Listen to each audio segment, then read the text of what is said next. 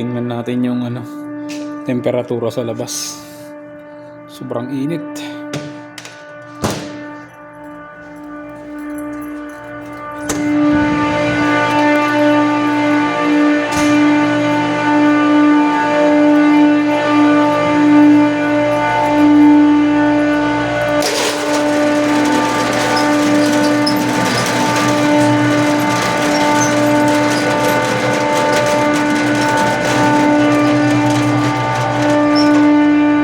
Bukas pa lang ang init.